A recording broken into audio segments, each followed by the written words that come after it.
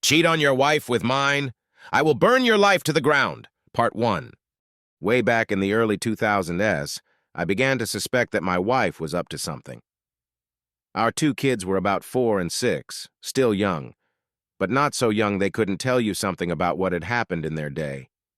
They started talking a lot about staying with my wife's parents during the day, which wasn't really that strange in and of itself, but since they lived about 90 minutes away, doing so 2 or 3 times a week seemed a bit much.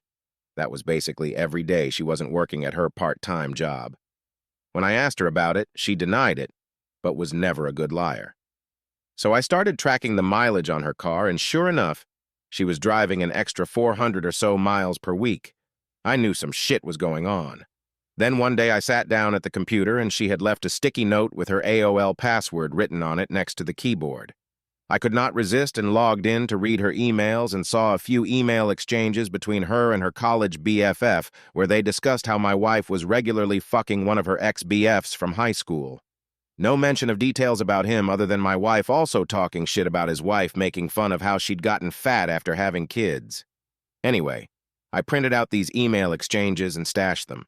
I still needed to know the details, so I called a friend who was a cop, and he suggested I call a guy he knew that had left the force to become a PI. Ron was great. I paid his retainer and gave him the emails and what little I knew about my wife's activities, and he figured out exactly what she was doing. His report detailed with photos and times/dates/locations all about how she would take the kids to her parents, then go meet this guy for lunch.